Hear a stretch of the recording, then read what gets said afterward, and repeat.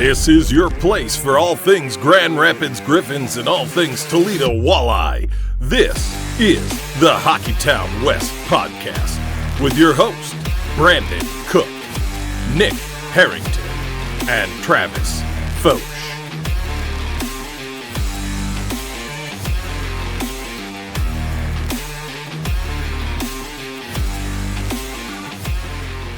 I don't have a cold open this week because we're on a time crunch with the Red Wings about to drop the puck, and we've got a lot to talk about for our Grand Rapids Griffins season preview. So welcome back, everyone. We're excited to be back talking about hockey that's about to be upcoming. I'm excited to have my two co-hosts back with me after their vacations, leaving me in control of everything for what it felt like a month, but was really only a week and a half. Just overly excited for everything that we're about to dive into today because there's a lot of fun to be talked about, especially the first announcement of the day for us, which is a new thing that we joined up with a bunch of other podcasts around the Red Wings universe this season for what we're calling Ignite the Nest. If you remember us talking on and off last season about our Griffins Sound the Horn thing we were doing with one other show or two other shows and just kind of doing it for fun for ourselves, we didn't really talk about it as much. It didn't really come to fruition for what we wanted to really do with it. We decided to run straight at it this season and fight how many shows, Nick, at this point? I got 11, and I counted Travis as a show on his own with the Toledo Walleye, so we have 12. So 11 real shows. Travis has got his own fake show going over there in Toledo, but it does make sense to kind of separate us. He's got more NHL knowledge and hockey knowledge than the two of us, so make him have his own team makes it a fair advantage for everyone, we say.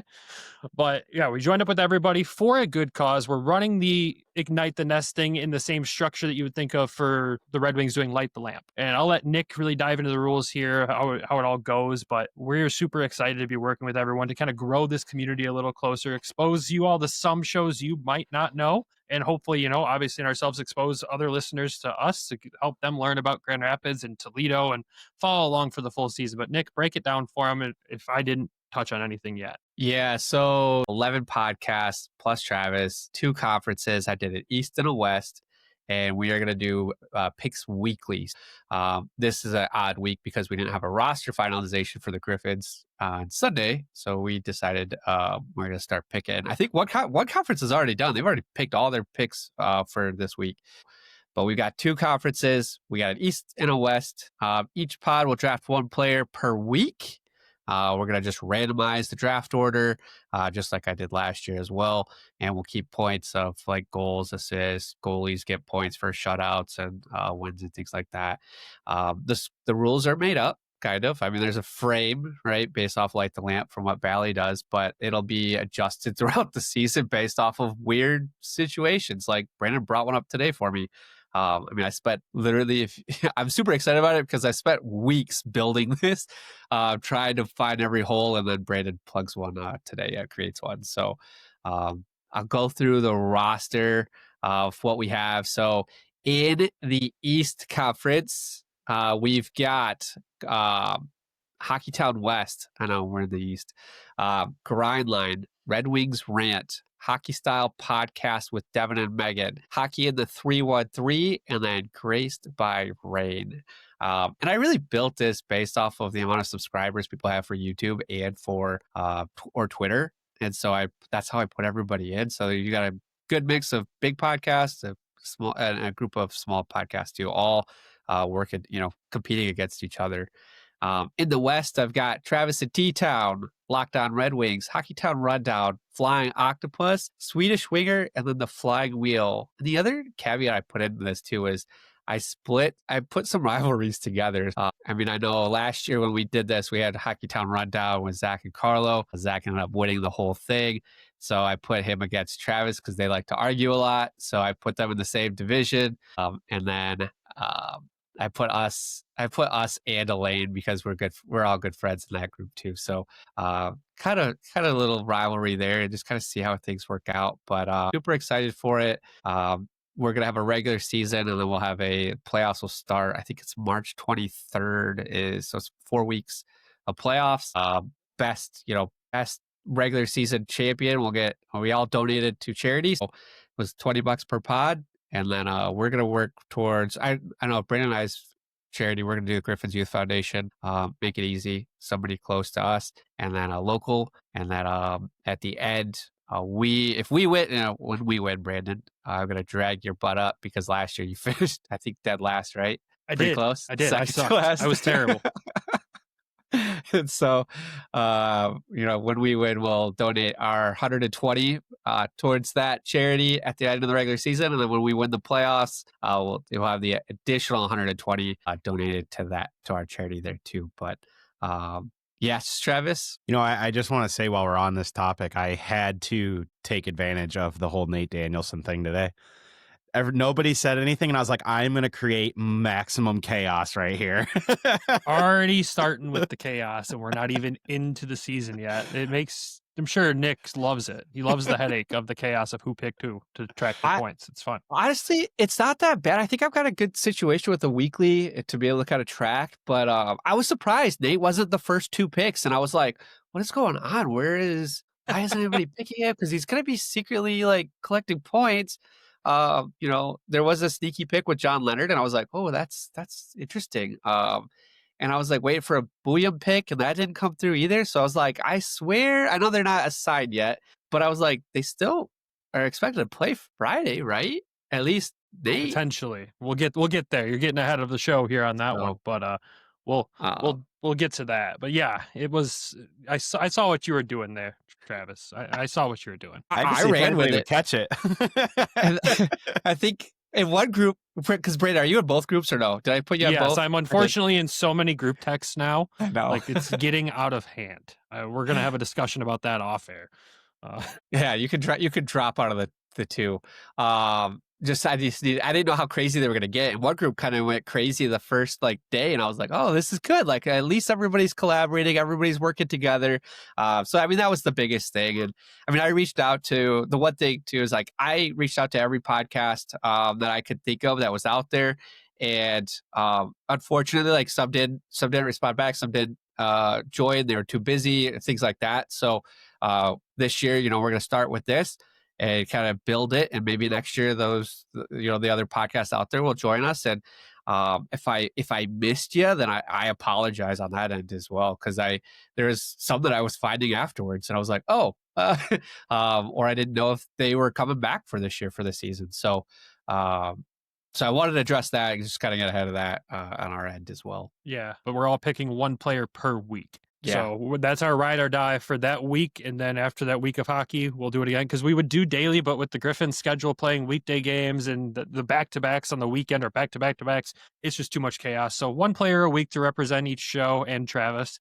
And we'll go from there. And I know, like, to some, thinking 120 for the prize pot doesn't sound like a lot to donate to charity. Not a lot of our shows make money doing this stuff. This is all coming out of our pockets. It's really just more to raise awareness of the charities that we're going to support. And once we get the full list from everyone and who they're going to, we'll go down the list in the next update and share who they're supporting. And like we said earlier, to bring awareness to the other shows in the organization that you might not have heard of yet. That's really our biggest goal with this, and to obviously do it for a good cause too at the same time. And as this grows and continues season by season, I'm sure that'll grow too, and we'll have bigger donations, but it's a starting point. It'll be fun, and we'll share updates with you guys weekly on the show. We'll share them on the social platforms too, with standing updates and all that fun stuff. And it'll probably generate some smack talk between the shows on Twitter, which has already started happening today. Looking at you, Elaine. But anyways, I'm excited. Nick, good job putting this together, man. I think it's going to be a lot of fun, and I'm just looking forward to interacting with all these shows all season long. It's already opened the door for collaboration for the shows. I mean, Nick went on a whole podcast tour, it felt like, for a week there, appearing on different shows, talking about the Griffins and Toledo, and it's just really cool and fun to get to do that and work together with all these amazing people, because there's so many amazing Red Wings podcasts in the organization. And there's only so much listening time people have in a day. So it's so hard to pick one. But we love to get to work with them all. It's such a great community. Excited for that. Moving on from that, I don't want to say I'm more excited about this announcement, but I might be. Sorry, Nick. Dominik Shine named the 19th captain of the Grand Rapids Griffins, as he should be. I think this is something we hoped for maybe a couple seasons back, but it didn't happen. But here we are. And I can't think of a more deserving person at a better time too in his career to get named captain. I mean, you look at a guy that was contemplating retirement, gets that call up to Detroit that was well earned, moves up to that, gets his contract extended by Detroit, and just a guy he's been with the Griffins his entire career. He was undrafted. He was playing in Grand Rapids off a tryout to start with, and has lasted his entire career here in GR. probably the most respected guy in the locker room, maybe outside of Dog. But outside of that, it's the perfect captain. I said in a post today, he doesn't say a lot of words. And if you have to censor him, he says even less words. But when he does speak, every single person in that room frickin' listens. And they all respect him. And I know they're all excited for him to get that opportunity. So congrats to Shiner. That's my thoughts on it. I know you guys have similar thoughts, but I'll let you share too. Excited. I mean, it was well deserved for Dominik Shine. I mean, it's something that we've been pounding the table for, since we've been covering the team. Like, why, no disrespect or no offense to Didier when he was here, but it was just like, why wasn't Shine? Like, he's been here, he's been the guy. He had the leadership potential, and we didn't really know what's going on in the locker room either. We just off the ice, we're like, hey, should this make sense to us? So very happy to see Shiner get the be the captain this year.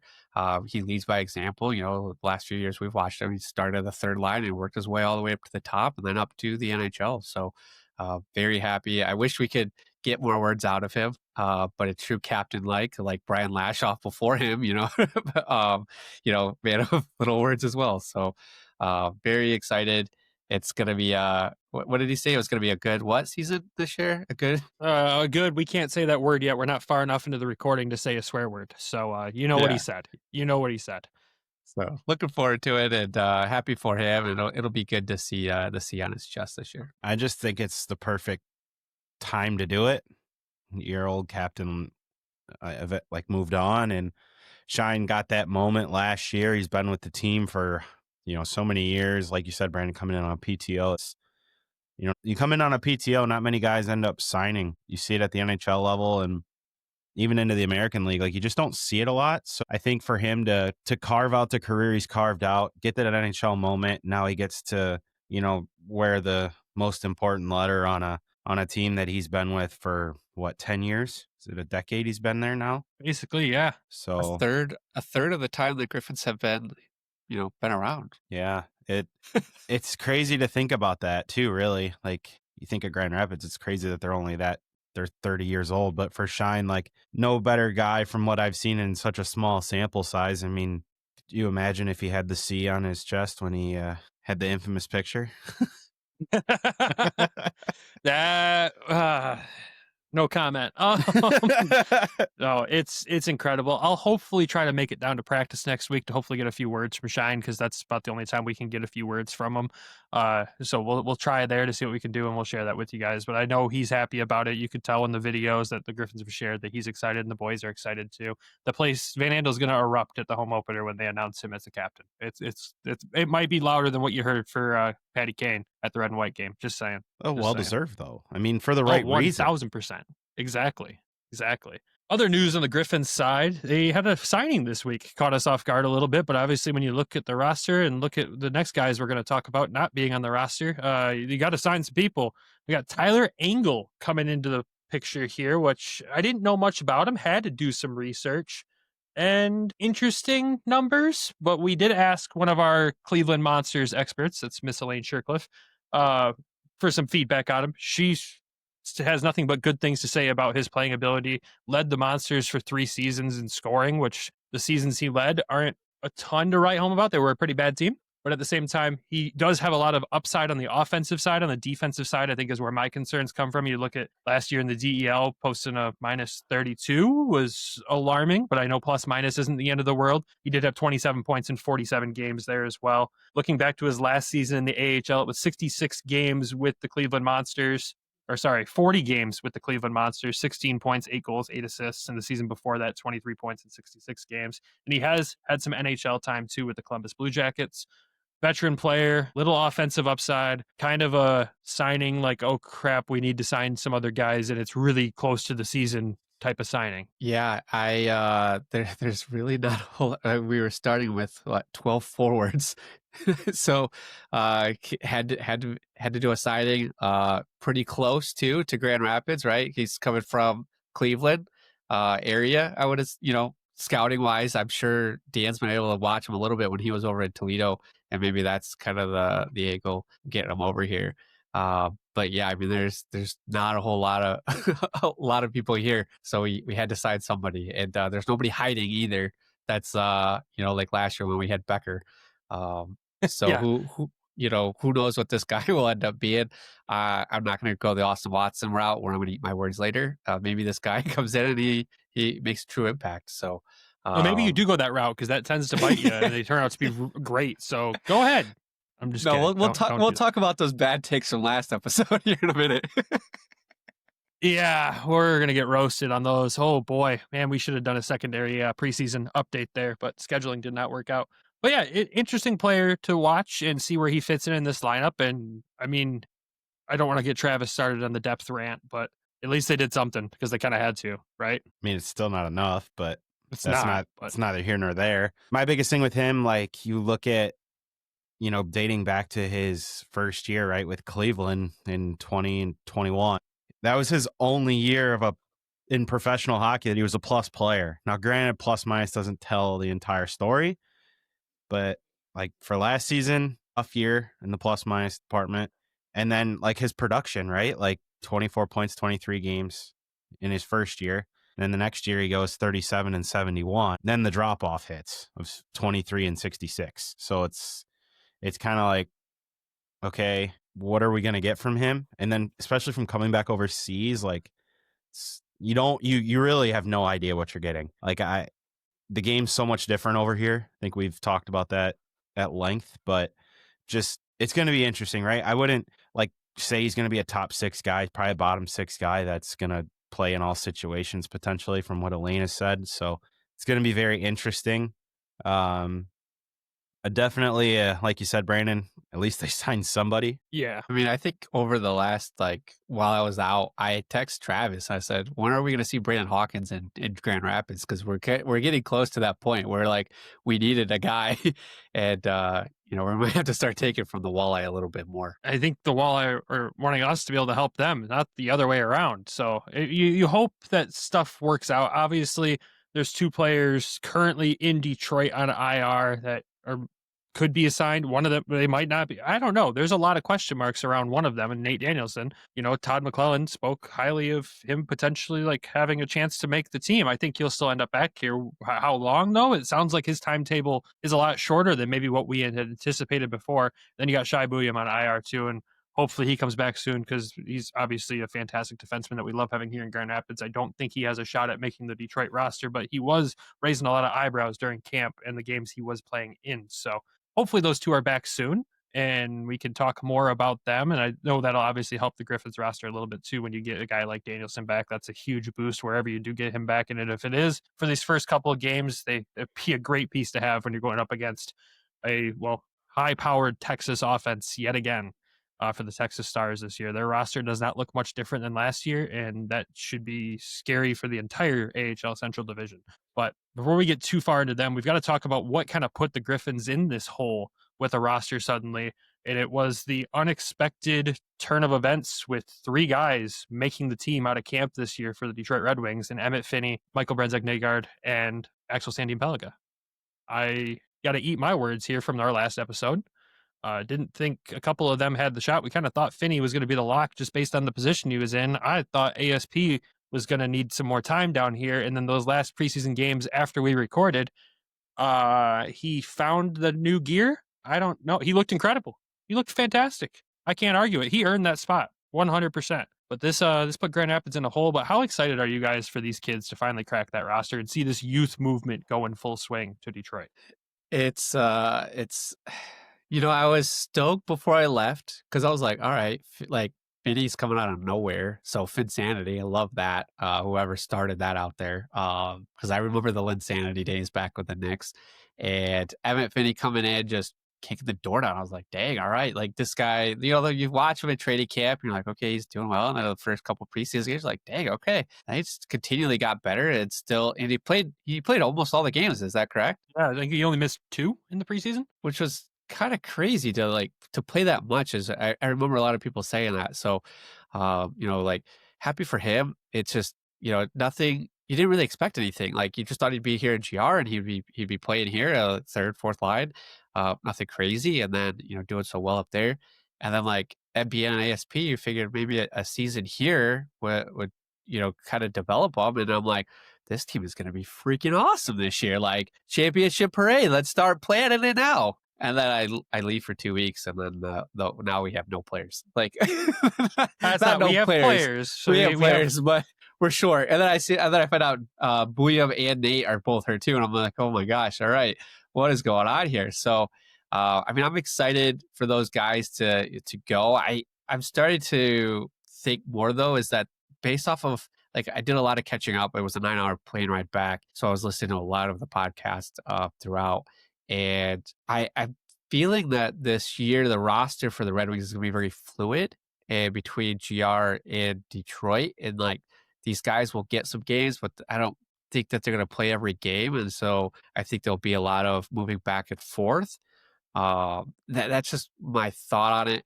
I mean, ASP and MBN, they just got better each game. Like they learned quick. They were like sponges up there. So not surprising for MBN because it was literally like when he was here, he was getting better each game. And he, even in the playoffs, like, and that's his last game here, he played fantastic. So, coming back from summer training and summer off season and then coming into the Red Wings, like just those reps got him to where he had to be. So, very surprising on that. Not surprising, but very well deserved. It's surprising on my end, I guess. I think when you look at Finney too, we got to think, we've only seen him in the bottom 6 role in GR, right? But that each time that's after 2 full seasons of junior. And one of those times in Grand Rapids, he wasn't even expected to get into the lineup, but because of injuries and call-ups, he was in the lineup. So we got to see Emmett Finney with a full season of working out and improving and a full season or off season of rest. And I think that might have made a big difference here. We saw him at the end of those grueling seasons and he was still good, especially in that last stint in Grand Rapids. He surprised us. He was putting up points. It was much different than that first time we saw him when he got thrown in the lineup unexpectedly. I hope Detroit found another diamond in the rough there in that 7th round. Everyone makes that comparison, right? If you find another wing in the 7th round that can pan out, I'm not going to say that Emmett Finney is going to be to that level. But I think he's shown that he probably will play the full season in Detroit. I think he's one of the 3. I think he's the one I have the most confidence in to play that full season up there because he's so useful anywhere in that forward lineup, honestly. You put him in the bottom 6, you put him in the bottom 6. You have him in the top 6, you have him on the first line. Doesn't matter. He can be utilized with every one of those guys around him on this team and probably still produce at a decent level. So that's kind of where I'm at on him. I don't want to say... Gotcha. I just don't want to temper expectations too much, but I just want to reiterate that these are kids, 3 kids going into the lineup, and one is playing in a role that he didn't even play at the pro level with Finney. Like he wasn't a top line winger. He could definitely keep up pace and skill wise with Larkin Raymond. That's no dispute. There's no disputing that. We were all wrong, right? Clearly, they're all up there. We all seen them here, and I think going into camp that was probably the initial plan. But when kids take over, and it's like Todd said, he compared it to the kids growing up right in front of their eyes and taking jobs. Forget what he referenced it to, but I can't reiterate this enough that for Finney, he's a 7th round draft pick. The fact that he's even here is crazy. Let's not get too crazy about this yet. Let's see where they're at in a week, right? They could play 6 games and hey, maybe they're not all ready and 1's back or 2's back. Maybe they play all 82. That's the dream scenario, that they're all there for the entire season and they have great years. For ASP, how's he going to do in a full season against again, how are these guys going to do against full NHL rosters, right? Not you have NHL and AHL guys blended in there. I'm excited. This is what we've all wanted for years, right? People were pissed July 1 when yzerman didn't go out and sign anybody. And then now you have 3 kids. So you better not be pissed that there's 3 kids in the lineup because this is your future. Just don't put so much pressure on these kids to succeed right away that if it's a slower start, it's the end of the world. It's not. I just want to temper some expectations a little bit because I feel like too much pressure is you're going to have a Zadina situation again. So nobody wants that. You're not voting for any of these guys to make the Calder? Dude, or calling them the saviors? It's night 1 of the season. Let's be excited. Settle down. Let's support these kids. I think they're destined to do good things. Just with where they're at in the lineup. I think the closest one was to be honest, play style MBN. He fits the North American role, like style. Finney's got that sense and skill to play with that top line. MBN can probably play anywhere through the lineup. And ASP, obviously, like the offense is what's going to be so like, oh my God, wow factor. But again, like I said earlier in the previous show with Brandon and I believe it was Devin, like let's see how he does in the defensive zone, because the turnovers early in the preseason were an issue. He seems to have corrected those. Can he take that next step? That's the thing, like continuously just get better. And the one thing that I am excited about with Todd is he's like, look, if you make a mistake, we'll coach it out of you. Like we will correct it. We'll address it. We'll correct it. We'll move on. That's what you need with young players. It's not constantly just rolling like the Oilers rolling out 18-year-olds and they're bad. Like this is the proper way to do this because they have so many good veterans in that room, right? Like Patrick Kane, you have 2 rookies that Patrick Kane now can bet, guys, this is what it takes on a nightly basis. Dylan Larkin, Lucas Raymond's wearing a letter this year. Moritz Seiders, Edvinson's in basically year 2, but he's seen parts of 3 years. Johansson's in year 2. There's guys that have been there and done that for these 3 kids to go up and ask questions to. And that's the exciting part for me is like they have a good core of older players that have seen a lot in this league. So I think that will help them. But again, like let's not put the expectations too high. I'm excited. Don't get me wrong. I'm very excited, but I just want to temper it a little bit. I feel too is like there was a lot of hype when Elmer made the roster, 6th round pick a couple years ago, opening night roster. He's there. He's played 9 games, 10 games, or I can't remember how many games he played that first season. And then he was down here for 2 years. And like, we have to, so right on your point there, Travis, of like temper expectations. It's exactly because this could be an Elmer situation where they play a little bit and then they're down and then they're back up, or they kind of yo-yo a little bit.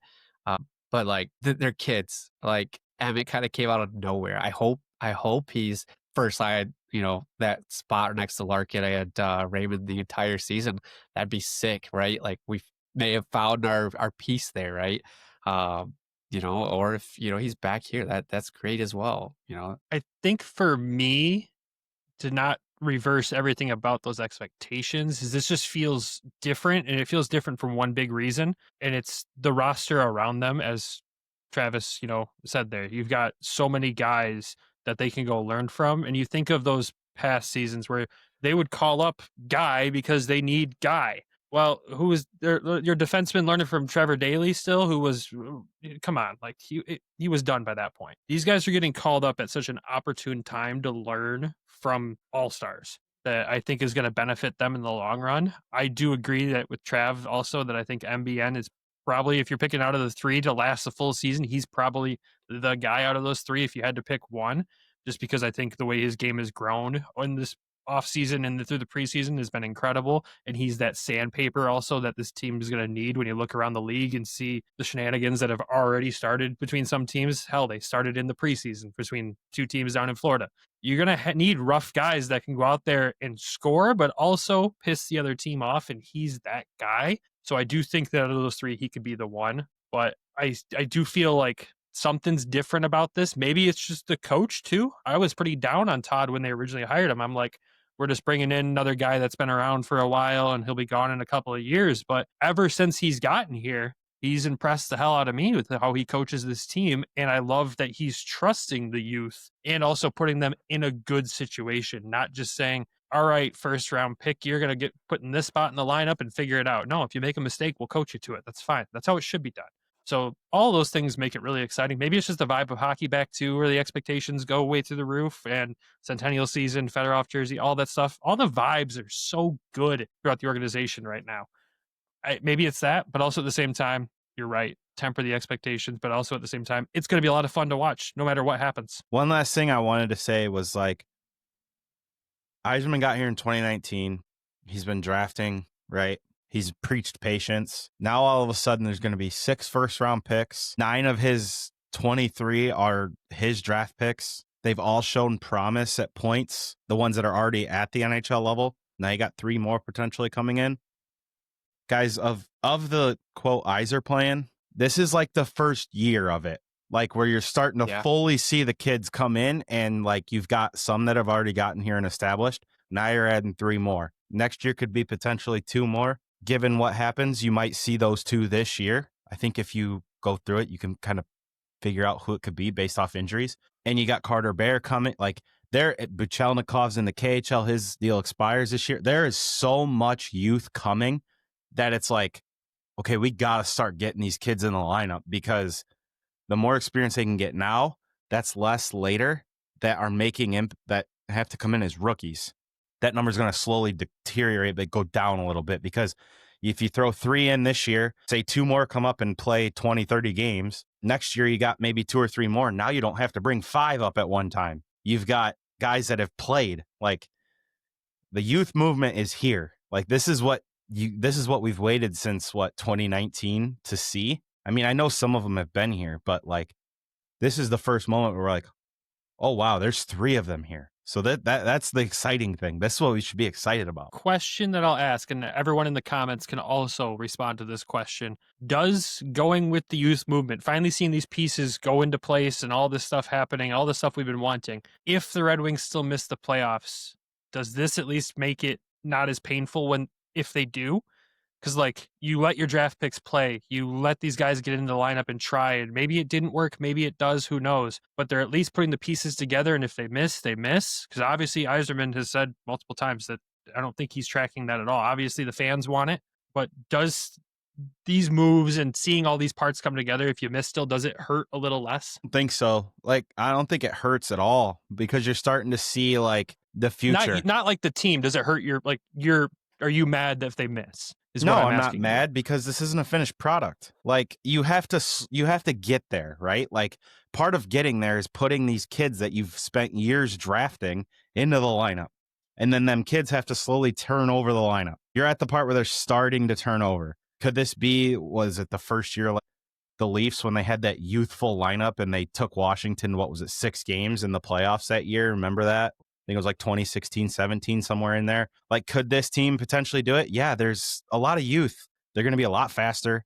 They're going to be able to get the puck up the ice quicker, which is a huge thing. I just think, like, if they miss, I'd rather miss with the kids coming in here, getting the experience, and then, okay, here's $40 million next year. Do you have to spend? Here's a big name free agent or a big name trade. You've already established kids in the NHL. Now you can start to plug the pieces, move guys around, make a trade. It gives you more flexibility when kids get experience and start to turn that roster over. The red wave is coming, is what I would say. The kids are coming, and it's going to be an explosion. And I think the Wings make the playoffs this year. I'm vibing on it. I won't say that. We haven't even seen them take the ice for a game yet, but I'll vibe on that too. For the vibes alone, they'll make it. Sure. You're going to... This episode will come out tomorrow and people are going to kill me on it. But I mean, if the Tigers lose tomorrow, are you still happy about the season? Yes. Because they made the playoffs? Because they made the playoffs, there was improvement in the regular season for the team overall, obviously, until the fall off there at the end. We won't talk about that.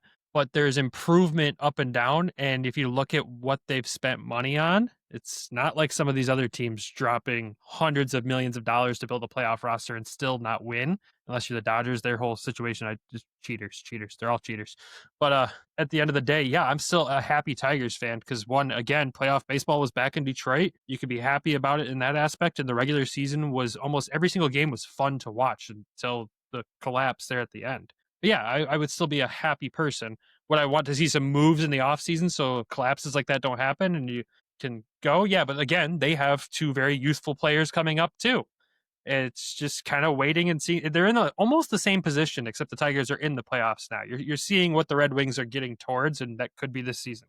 Who knows? We saw what a group of young Tigers did last year and willed their way into the playoffs at the end of the season. You could see that this year too. You could see a rough start and a crazy end. Think of the Blues when they won the Cup that year. Rough start, boom, magic. My last point on the Red Wings in the playoffs, because I think they make the playoffs too. I think this is the year it happens. I have them finishing 5th. I think 5 of the Atlantic get in and only 3 out of the Metro. I think that happens this year.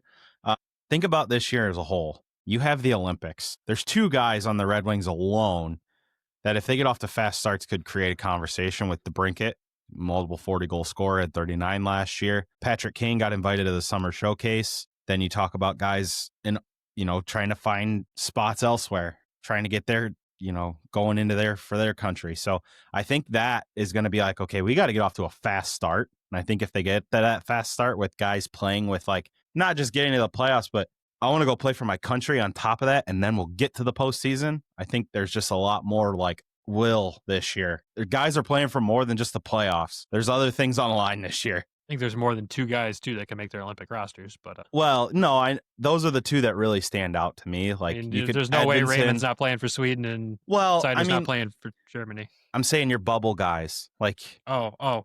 Like, that that weren't on these teams last year, like in the 4 nations, like. Understood. Putting it together. Anyways, that's all we'll have for Red Wings talk. We are going to introduce this season going forward some NHL talk in every episode. I know we're a Griffins and Toledo Walleye and AHL and ECHL focused podcast, but we do want to have some time to talk NHL. We do it enough with each other anyways. We might as well put the mic in front of us and record it and share it with you guys and let you roast us in the comments for it.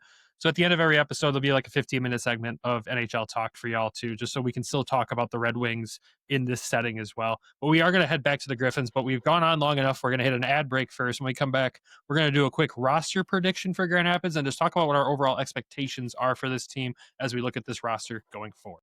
NFL fans, what's your favorite touchdown? For me, it's the next one, because with every DraftKings sportsbook, an official sports betting partner of the NFL, every touchdown could bring you closer to cash again. From first touchdown score to anytime touchdown props or the thrill of live in-game betting, every snap is loaded with opportunity. Here's the best part. Bet just $5, and if your bet wins, you'll get $200 in bonus bets instantly. I use this every Sunday.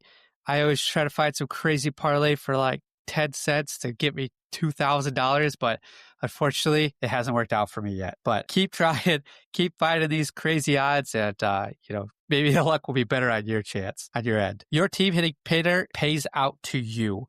Download the DraftKings Sportsbook app and use code THPN. That's code THPN to turn $5 into $200 in bonus bets if your bet wins. In partnership with DraftKings, the crown is yours. Gambling problem? Call 1-800-GAMBLER. In New York, call 8778-HOPE-NY or text HOPE-NY 467369. In Connecticut, help is available for problem gambling. Call 888-789-7777 or visit ccpg.org. Please play responsibly. On behalf of Boot Hill Casino and Resort, Kansas. Fees may apply in Illinois. 21 plus age and eligibility varies by jurisdiction. Void in Ontario. Bet must win to receive reward. Minimum minus 500 odds required. Bonus bets expire 7 days after issuance. For additional terms of responsible gaming resources, see dkng.com. And welcome back. All right. We're going to do some Grand Rapids Griffins roster predictions. If you're watching on YouTube, you can see what we're breaking down on screen. We'll do the best to break it down for our listeners not watching there. But if you ever want to see the graphics we're throwing on there, make sure you head over to YouTube, hit subscribe, and follow the show over there because we try to throw other graphics and fun things into the show sometimes like this. So we're going to just break down the full roster. I have the goalies filled in because for once going into a Griffins season, we can actually say who the 2 goalies are with Michael Postova and Sebastian Cossa. I don't have them listed in any particular order because I feel like Postova's going to come in and challenge Cossa for games. That's my hot take for the goalies that I'll share with you guys. Yeah, when you text me today, you're like, for Ignite the Nest, are we picking goalie or just player? I was like, you want to have that discussion? Because I don't typically they rotate, but I would say you pick just a goalie. You don't pick one player. Goalie, like that. Yeah.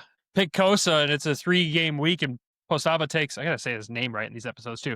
Postava takes 2 of those 3 starts. That person gets screwed. So it should be taking goalie, but that's neither here nor there. Those are obviously set. Do you boys want to start on defense or forwards? Defense. All right. Travis made the decision.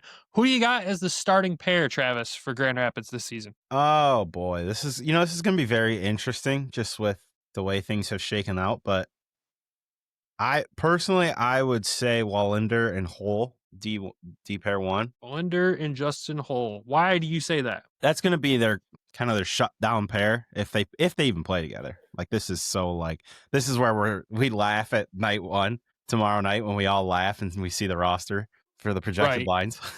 I just think I think they would like pair off well with each other. You get the left right. Like let's not forget Justin Hull wants to be in the NHL. Like you're going to see probably a good version of Justin Hull down here. He's going to play well. Look at what Austin Watson did down here last year. Like, let's not forget, like, if Justin Hull wasn't making probably, $3.5 million, very close to that, he's probably not as hated as he is. 100%. Like, I, for one, am excited to have him here in GR. Like, I think it's going to be a very stable defenseman back there that can obviously, again, teach the young guys a few things, but also be a stable person on that blue line for Grand Rapids. So I'm excited about it because Hull at the AHL level is probably going to look like a guy that should be in the NHL because he probably should be if he wasn't making so much money. So I'm excited. Wings fans are like, you're excited? Yeah, I am. Leave me alone. Did I say Nick, any Wallinder or objection did to I this? say Lagesson? You said Wallinder, but I will change it to Lagesson if you would prefer that move. Debate, argue, fight it, drop the gloves. Let's go. I think it'd be Wallinder and Lagesson. No, leave it because It's great content, Travis. I got the only reason I say it is just because if you go to the next pair, I think it's going to be Lagesson and Mitchell, and I think those pairs could even be flip-flop. Okay. It's funny when you look at Travis trying to come up with the lineup when we know he writes one every morning when he's drinking his coffee. So you think he'd be more prepared for this, but hey, here we are. Well, this was Lagesson hey, we're and going to Mitchell. do this right before we start going. I'm like, okay. Oh yeah, you didn't bring his journal down of all the lineups. Travis has a specific sparkly journal that says Griffins lineups in it just for us. It's very false, but interesting. The pen is sparkly is what it is. Anyways, Lagesson and Mitchell, and you think these could obviously be flip-flopped. Why? Just because Lagesson was like their top defenseman last year. Like he was their most consistent guy. I liked what I saw in Mitchell and the little bit I saw in the preseason. So, I mean, personally, I think you actually should flip them myself. I think that just would work out a little bit better. You want But- Lagesson and Wallinder flipped? I want all four of them flipped. Oh, you would make that really challenging, but okay, I'll work on that there. Nick, any disagreement with this so far? No. This I'm trying to go through like the training camp of like the pairs that they had, and none of these were it. So I'm like, it's so hard. Well, you got to remember, because- Bouillon is on IR. We're not taking him Right. into the account here. So his name is just going to get bumped down here. So we can't throw him into this. Obviously, that would change some things too. But as it stands right now, for game one, that is tonight when this episode is released, we're going to have to go with this until otherwise. And then they could release that he's playing tonight. And, well, everything we just said is wrong, and roast us for it, as you should in the comments. I mean, Moving on to that last pair, who do you got? Oh, It's just so tough because you have so many like fringe NHL players, like you have so many veterans, so it's hard to like look at it because last year going in we're like, oh, it's Wallinder and Tuo is the top, right? And then this year like, oh, it's gonna be ASP and Lagesson, and then ASP's gone, and then you're like, all right, it's gonna be Bouillon, and now Bouillon's gone. So it's like, it's hard to kind of decipher between these of who's gonna be. I think Tuo is on the third. I don't think he's sitting. I would agree with that. 2-0 on the third on the right side there. Who's his D partner? Oops. True Scott. Ooh, the Or first is it debate. AKL? Or is it 11 and 7? And Dan says, "F you guys." It's very possible knowing Lottie. It's very possible. I like the Truscott option. I was actually quite impressed with him in the preseason games he played in Detroit. Guy likes to rip the puck. Guy likes to shoot it. And when you think the other side, and when we go back here and say he likes to shoot it, and it was fairly accurate. It was mostly on net or around net. And you think about 2-0 at the other end, he likes to shoot it too. But boy, does that shot have some spray. It can kind of go anywhere it wants. So I like it. The only objection I might have is AKL over 2-0, but that's just me. But I also haven't seen him play a game. I don't think Yet. yet. Yeah. So I- I don't know. But if you want the physicality in your lineup that night, it's AKL over half that defensive core, honestly, because the guy Yeah. will bring it. So Yeah, That's where with him though, the 11 and 7 works so well it does. right. because he can have that ability to play up front if they need him to, like he's done it before. We've So talked ourselves into the 11 and 7 at this point, knowing Dan Watson, but I'm not remaking the graphic in the middle of the show. So Here's the problem too. Now you have to think about it: is that we can only dress 5 veterans, and you 6. just dressed. the Griffins And one- website says 6 for this season. I'm sticking with 6. 6, not including the goaltender. Yeah, goalies don't count. So now that leaves Dries, Leonard, Watson, Shine is your forwards of veterans. So you've got 3 there. So you're gonna say either Dries, Leonard, Shine, or Watson. Out of those 3, you got to pick 3 of those to put in the forwards. Okay. If we're going with 6, so one of those guys got to sit. We'll get there. Okay. Are we happy with this defensive core before we move on? yes. All right. Travis is just saying yes, so he makes it to puck drop for the Wings. No, Anyways, that's about legit how I would put it. Like, yeah, I would agree with this. And I'm just really excited to see what Jacob Truscott can do in the AHL. I mean, this is going to be his first pro season. I liked what I saw in preseason. I'm excited about him. He's probably the most excited, or the player on defense that I'm most excited by right now, outside of AKL's punching ability. Like, I'm excited to see that in person too. But moving on to the forwards, who is your top forward line for for the Griffins for the first night of the season? Leonard, Lombardi, Watson. Or not Watson, Mazer. Leonard, Lombardi, Mazer. All right. Nick, words? Good. That was word. If Nate's not on the roster for opening night, then that's the lineup. Yeah, the Nate injury makes things interesting, obviously. Second line. Who do you guys got? See, this is where it kind of gets very interesting quickly with all these call-ups. I would go Dries down the middle. I would tend to lean towards, I think it'll be Trail mix. Left side. You want him on the left side? Yeah. And All right. then I think you could look at either one of Watson or Shine here. Captain on the second line for the first night. I could see that. I think we can agree with that. I like that play. Your third line. This is where things get interesting. They were already interesting before, but now it gets interesting. Now this is where I want to have some fun. Oh, boy. Give me Bantle, Seager, Watson. All right. Your thoughts behind that? Because I think I know them, but share them with the class. Just a bunch of gigantic bodies. And that's probably going to be like, if you're looking at me, like that's just going to be your go cause all hell. Like, and don't get scored on. And they all play defense well. So I like it. That line gets me kind of excited. I mean, you could even make that your fourth line if you wanted to, but I think there's more skill there than what's left on the board. Yeah, I think this is going to be a big season for a guy like Gabriel Seager. I think what we saw with him last year was he grew quickly in Grand Rapids, especially being a really dominant center. He was one of the best Griffins in the dot last year. Austin Watson was obviously fantastic for us last year on the physical side and the scoring side. Carson Bantle, I think, as long as he could figure out how to get more assists in there with the amount of goals he could potentially score too, I think he'll have a really, really good year. And as we've said before, this offseason for Toledo fans, I'm sorry, I just don't see a world where Carson Bantle is back in a Walleye uniform this season. And I'm sorry, guys, but he is one of the guys who has earned this spot the hard way. So what objection? You can't have Watson. You're going to be over the veteran rule. We'll address the veteran rule when the lineup's set. How about that? Okay. Let's make this a little less chaotic. We'll address the veteran rule at the end. But any objections, Nick, on that third line, or do you like that? I like the physicality. I like the aggressiveness on it. Like when you think about playing against teams like Milwaukee and stuff like that last year, where they have some rough and tough lines. This is that line. You see certain guys step on the ice for Milwaukee, and you go, "All right, boys, go," and they go do their thing. It's like having the gyms out there. If you're a Shoresy fan, that's what it would be. It really would. All right, so then your fourth line. Well, you've got 4 players left to pick from. Who are they? Becker in the middle. That's probably the most obvious one, obviously. Is Angle a righty or a lefty? Right wing. Oh, well, he's going there, and then Doucette's on the left side. Rajkowski's the odd man out. If they go 11-7, who do you take out on the forward side? Angle. Probably. Okay. I don't disagree. I have nothing else to add to that. And then to the rule that Nick brought up earlier, the veteran rule. We do have to address that because one website says 5, one says 6. None of them say 7, so we've got a problem. Because we have 7 of them. Who do you take out? Well, who's the veterans here? Nicholas? So your veterans are Sheldon Dries, John Leonard, Dominik Shine, Austin Watson, Justin Hull, William Lagesson, and Ian Mitchell. Ian Mitchell is not a veteran. He's highlighted on the Griffins website as a veteran. Oh, is he? That's who's highlighted. Yes. Oh, okay, I must have missed the games somewhere on Puckpedia then, or not Puckpedia, Elite Prospects. So that's my fault. Unless that's an error there, we'll say that. But yeah, he's on there as a veteran. Listen, Watson's playing in Texas. Like there's no way. Watson's in the lineup. Like Shine's in the lineup.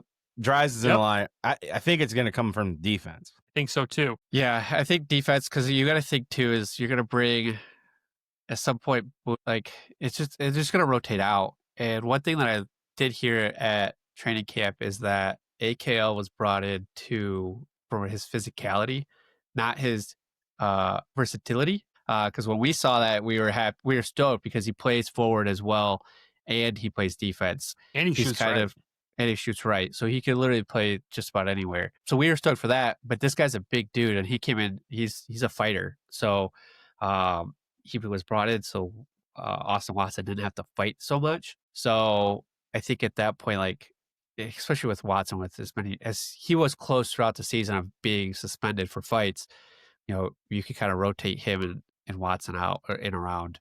So maybe you drop Watson for AKL some games. I don't think you do that at all. I don't think Watson comes out of this lineup unless he's suspended for fighting, or he gets called up, or he's hurt. Those are the only three ways Austin Watson comes out of the lineup. In my opinion, I think in this it comes out from defense. I think Mitchell sits, Hall gets bumped up, 2-0 goes to play with Wally, AKL slots in there with Truscott. Or Booyah. Williams hurt. Williams hurt. He's not relevant to this story, unfortunately. I wish he was. Trust me, I really wish he was. And if you want my opinion on that, I think there's gonna be nights where William comes in and 2-0 comes out. But that's just me. I don't know. This is where it's tough, right? Because you look at this and you're like, man, somebody has to come out. And you don't know what version of Justin Hole you're gonna get yet. Yeah, he could be unmotivated because he got set down, or motivated because he is set down and he wants to come back up. But that's why I think early on you'll see him slot into that Mitchell spot there, top side, pair with Lagesson. Not a bad pairing at all in the AHL, mind you. 2-0 plays with a familiar teammate in William Bolinder on the second pairing there, and AKL causes chaos while Truscott rips the puck at the net and scores goals. That's the perfect story, honestly. That's what you hope. Yeah. So you can have 6. It's 6, right? Yeah, I think 6. No, we've got 7. 6 according to the Griffins website. There was articles that said 5. The AHL website doesn't have anything. Shocker. It's weird. Doesn't have face-off stats, doesn't have the rules. It's awesome. Or at least, and I'm not scrolling through the entire rule book either while we're recording to figure this out. So I think it's between Mitchell or Hole, most likely. I think that makes the most sense. So when you look at the opening night for the season, obviously it's not opening night at home yet. That's next week. But I think this is the roster. And then we know Dan's going to go 11-7 just to make us eat our words. Like, it's going to happen. That makes it almost even more complicated. What do you think of the veteran rule, though, at the same time? So yeah, that you have one too many. I don't think they planned on that either, obviously. Right. So it's looking like this as your opening night of the season roster. Any changes, last second changes before we confirm this here that you want to make? Kind of wonder if they just put 2-0 with Lagesson and move Wallinder up with Hole just to kind of give 2-0 somebody steady. And then with Hole, he can kind of let Wallinder go. Like, so let's not forget, he was a fairly offensive defenseman in the SHL, but that's a minor change. I could see it. It makes sense. I thought at first you were talking about moving 2-0 up the lineup, and I'm like, based on the playoffs, I don't think that's happening. Yeah. Again, who knows what his offseason did for him? Maybe he comes back knowing that this is kind of his prove it year.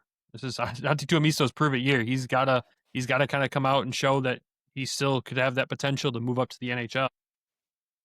I still feel like the Wings are still super high on Wallinder, and having him first pair, I think is still a play. I don't like that matchup with Hole, but I don't. Well, we don't know what Hole's going to look like yet. It's so hard to tell. But being that first guy sent down, I could see that this is where he ends up in the lineup. I don't think there's any other place but that top pairing. He gets sent down and gets put in the second, third pairing. It's going to be a rough time for him. Yeah, I mean, our D will look really strong. Or like our defense and goalies are going to look very strong this year. I'll say that. Our forwards is just kind of who's going to score? Yeah, that is a concern. And we'll obviously move on from the roster talk to our overall expectations of the team here. But to break it down for those that were listening and aren't viewing it, top line, Leonard, Ammo, Mazer. Second line, Trail Mix, if you want to call him that. Dries and Shine. Third line, Bantle, Seager, Watson. Fourth line, Doucette, Becker, Angle. Defense, Wallinder, Hole, Lagesson, 2-0, Truscott, and AKL. And obviously your goaltenders, Cossa and Postava. Interesting roster. We had a Twitter question come through. They asked, how different is the outlook for the season without Finney, MBN, and ASP starting in Grand Rapids this season? Like, it's not even remotely close to the same. You took a team that could have been competing for the top spot in the division potentially with all the kids, and then you add the veterans that they signed. Now you take that away, you're probably in that 3-4 range potentially. And again, like, this goes back to, if somebody gets hurt, you already got 2 guys hurt. If somebody gets hurt early, GR is in hot water quick. Not going to disagree with that take. Nick, what do you say? I mean, we had 3 guys that are fringe NHLers, right? You just took them from us. So it's, and you could count Danny as a fourth, right? Yeah, there's good talk on him making the team out of camp. So, I mean, it went from being probably the first in the division to, maybe, back to third or fourth with, I don't track the other teams too deep throughout the offseason, but Milwaukee's always been a powerhouse. Dallas is running back the same team just about. So, I mean, it's going to be tough, I feel. But, I don't know if the trade-off of having these, I don't know, it's so tough, right? Like, I'd rather see the kids here. At the end of the day, I'd rather see the kids here because it's more exciting than seeing Justin Hole again for another year down here, right? I mean, they do bring a lot of experience. They bring the veteran, the leadership. They know what it takes to get to the NHL and play. So, I mean, there's going to be, experience and good things coming from them. I mean, does it look different? Obvious. Like, it's obvious, like Travis said. I've said it for years on this show now, that we can say years that we've done this. The recipe for success in the American League is not a roster full of prospects and kids. Never has been, probably never will be. The recipe for success is a core that they can work off of, which we have a core that's been in Grand Rapids for a while. You've got some young talent still on this roster, and you've surrounded it with guys who have experience, whether it be in Grand Rapids or in the NHL or across the hockey world. I don't think there's a need for Nick to bust out the rusty old panic button and start hitting that yet. I don't think we're anywhere near that. I think this team still has the potential to be a really good roster. When you look at your coaching staff, you have arguably one of the best coaches as your head coach in the American Hockey League. Dan Watson is arguably one of the best. He's obviously never missed the playoffs as a head coach either. I don't think he's ready to do that now just because 3 of his players got promoted. I fully have faith that this team could still be a good team. Is it a division champion type contender like that? It's too early to call. Am I happy with a third or fourth in the division? Yeah, that means playoffs because every spot in the division means playoffs in the American League. But that third spot where you avoid that play-in round, that's my target for this team, and I think that's where I'd like to see them finish. Obviously, if they finish higher, great. If they finish third in the division, I call that a successful, happy season. Now go on a deeper playoff run than that first round, though, or second round, whatever you want to call it in the American League. Don't play the play-in round and get past the first real round, as they would call it. That's what I hope to see with this team. It's going to be weird for us. We've only covered the Griffins when they're kind of loaded with prospects or the really, really bad first season when we started covering this team. The reason the show exists, that last season with head coach Ben Simon. You know what season we're talking about if you've listened. Talking more on the AHL veteran side and those AHL players, it's going to be different for us, but it's still going to be fun and exciting. There's going to be a lot of talent. And honestly, when you look at the guy, Traumarks, I don't know what to expect from him, but in training camp, he looked good. I liked his play, and I think, Travis, you even pointed him out in the, was he in the red and white game where you talked about him? Yeah, I mean, you look at different guys, right? Like for us, we're not so focused on in the red-white games like the Larkins, the Raymonds, the Patrick Kanes. Like, we're looking at the guys that are going to affect down here. And he made a few plays that kind of stood out to me. So I'm excited to see what he can provide this team. You got to look at guys that played here last year, too, that didn't have the best seasons. They had seasons that were good enough for the positions they were in, and like Andre Becker and Rakowski, too. Like, he looked better in camp. He was healthy. He had that season-ending injury last year where he wasn't available for the playoffs and near the end of the season. So you look at some of those guys to take a step. You look at guys like Amadeus Lombardi to lead this team. He should be a true leader on the score sheet and on the ice and should have a massive season. Carter Mazur starting on this roster, I think, is a bonus that none of us expected. We didn't really know. We knew maybe a conditioning stint. How long will he be here? We don't know. That's another guy that, as Devin put it when he was on the show last week, he's on the porch on the Ring doorbell camera. It's going to be an interesting season. The roster, as Nick said earlier, is probably going to be pretty fluid. There's going to be a lot of changes up and down. You don't know what's going to happen. And heck, you don't even know if at the AHL level at this point, you need guys. You still don't know if trades down the road could impact that. You don't know. As the roster sets right now, though, yeah, I'm excited. I think it's going to be a fun one to cover. I don't want a team full of prospects. That means your NHL team is starting to do good, and you got to see how good your AHL team can build a roster. This is kind of Sean Horkoff's first test of not having a roster full of prospects. Well, he didn't so this sign is kind a of lot that of guys. season. I know. We'll save that for later down the season if it bites us in the rear, like we probably anticipate it's going to if anyone gets hurt. The other that Twitter question came from the Klinkster. Haven't heard from you in a while. Thank you for asking the question. The last question comes from Katie Chicken. If you know who she is, she's probably one of the most famous Griffins fans on Twitter. Let's be real. Is the power play going to be better? I don't think so. Not a lot better. I mean, John Leonard's going to help. we have to play with the cards that were dealt, right? Like we don't have ASP, we don't have Finney now, we don't have Michael brandsegg-nygard. I really just wonder who's going to score the goals. Like Leonard cannot score them all, and this team struggled in the back half of last year scoring goals. So You expect Ammo to score goals. You yeah, expect Drizzy to score goals. okay, well that's what. You expect Shiner to score some goals. He had a career high season last year. Okay, there's your first unit. Trollmarks, you expect to hopefully score some goals. I think that's the idea of bringing him here. Unknown player, like Unknown. Mazer's going to score goals. Mazer will, yeah. I mean, like outside of Ammo, like can Leonard be that game breaker he was for Charlotte here? Like that you need that player to be the player he was there here. You need Mazer to play well.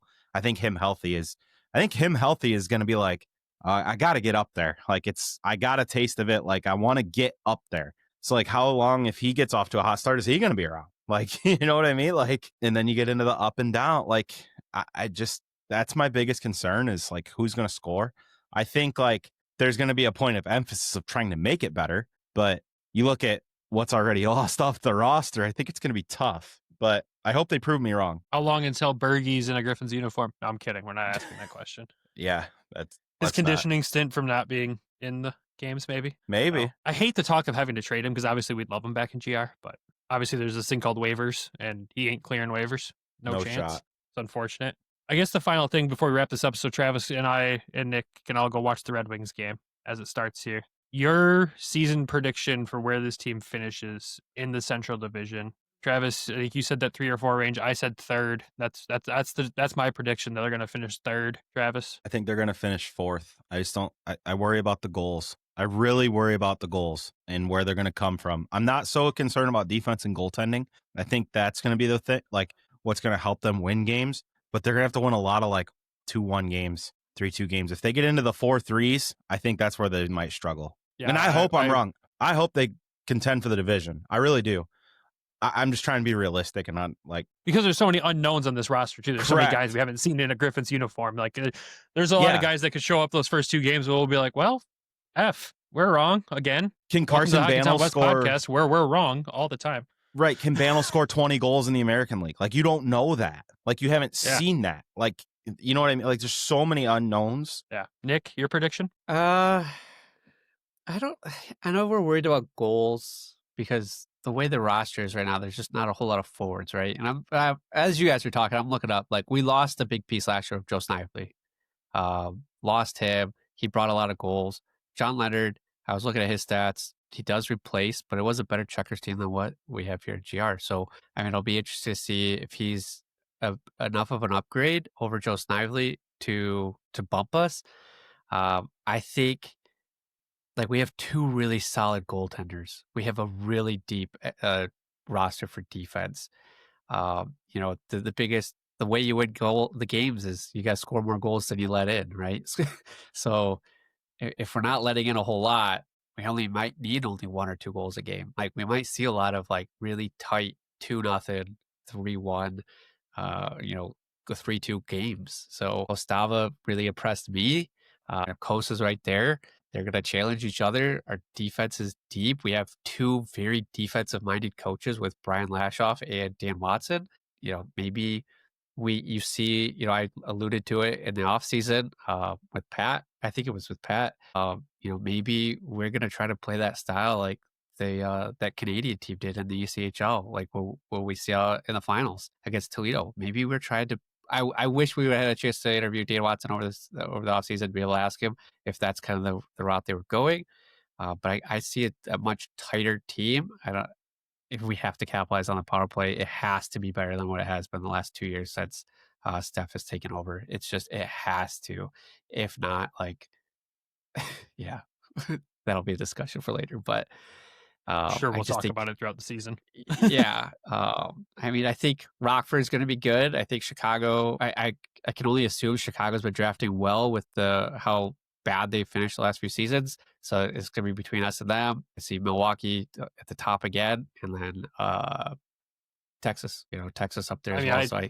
On paper, I see Texas winning the division this year, but that's just on paper. Again, there's so much unknown, which makes it so much more exciting because we're going into this not knowing who's going to be that standout guy that we're going to be talking about for the majority of the season. We just know for a fact we'll be talking about roster moves and all that fun stuff. It's going to be a fun one. So make sure you stick around with us for the entire season. If you are new here in this off season and don't know what a season of coverage looks like with us, we recap every single game, talk about what we saw, talk about what we'd like to see, talk about all the other nonsense. We also do that for the Toledo Walleye and the ECHL. And if you're unaware of who that team is at this point, I don't know how you're unaware of them, but that is the other farm team for the Red Wings organization in the ECHL. Travis is our main guy down there, being the guy that lives in Toledo, goes to all the games, does all the post-game coverage. And this season, we'll bring you post-game interviews from all the guys for all the home games as well. Maybe some road games if we can get on the road this year. Hopefully, that is a goal for us this year, to go visit some other barns and all the other nonsense that comes along with it. Like we said, too, we'll talk some NHL in each episode.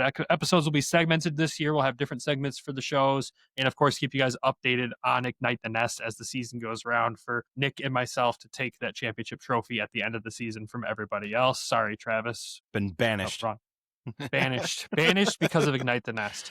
But we're excited. Hockey is here. The Griffins take the ice for the first time this season tonight. Since this episode is releasing on Friday, they play tonight in Texas against the Stars and then play them again on Saturday to return home the following week to take on the Manitoba Moose for the home opener. We're super excited. We hope to see everybody there. I'm excited to be back in Vandale again. The red and white game was not a big enough taste of hockey for me. I need more, and I'm ready for it. I'm also ready to go watch these Red Wings, hopefully win the first game of the season, then turn around tomorrow, watch the Griffins and watch the Tigers move on to the ALCS. That is my perfect 2 days right there if this happens. So let's hope for that. But before we wrap this episode up, we got to thank our sponsors of the show, of course, DraftKings and Everything Hockey Clothing Company. When you're betting with DraftKings, use code THPN. When you're shopping at everythinghockey.com, use code WEST to save a few bucks off your order.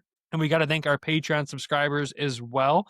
For all of you that have stuck around with us through the summer hijinks, stay tuned for some Patreon exclusives to recap these two guys' vacations and talk about the pictures Nick kept sending in our group chat that made us raise questions of where did he actually go on vacation.